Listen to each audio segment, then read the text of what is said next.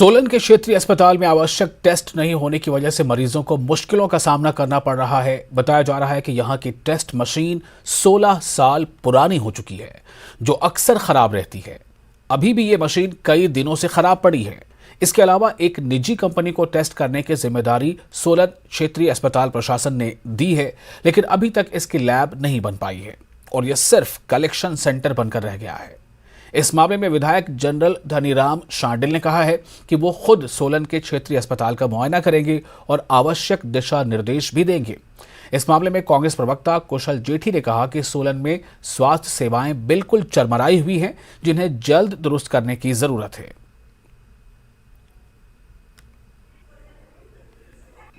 जो एपिसोड है इसका पूरा कड़ा संज्ञान लूंगा और इसको ठीक तरीके से इन्वेस्टिगेट करके देखना चाहूँगा कि ऐसा क्यों हो रहा है। बिकॉज हमने बड़ी सॉर्ट ऑफ परिश्रम के बाद ये मशीनें लाई हैं और वो लोगों को इसका फायदा ना मिले, तो इस पर हम इन्वेस्टिगेट करेंगे। स्वास्थ्य मंत्री का ध्यान सोलन की तरफ है नहीं।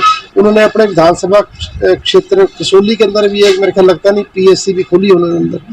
आज कसौली के अंदर ये पोजीशन है, अगर ईएसआई अस्पताल परमाणु के अंदर ना हो तो इलाज कराने के लिए लोगों को चंडीगढ़ जाना पड़ेगा। किन्नौर के डीसी ने उत्तरकाशी के डीएम को लेटर लिखकर वहां से किन्नौर की तरफ ट्रैकिंग रोकने को कहा है। इसके अलावा डीसी ने किन्नौर में सभी जगहों पर ट्रैकिंग पर प्रतिबंध भी लगा दिया है।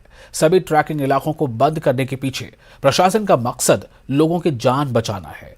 डीसी किन्नौर आबिद हुसैन सादिक ने बताया कि किन्नौर जिला व उत्तराखंड के सीमांत क्षेत्रों में बढ़ते हुए ट्रैकिंग के हादसों को देखते हुए अब किन्नौर की तरफ से ट्रैकिंग पॉइंट को बंद कर दिया गया है और पुलिस प्रशासन की कड़ी निगरानी सभी ट्रैकिंग क्षेत्रों में रहेगी। अगर कोई गुपचुप तरीके से ट्रैकिंग करेगा तो उस पर सख्त कार्रवाई की जाएगी।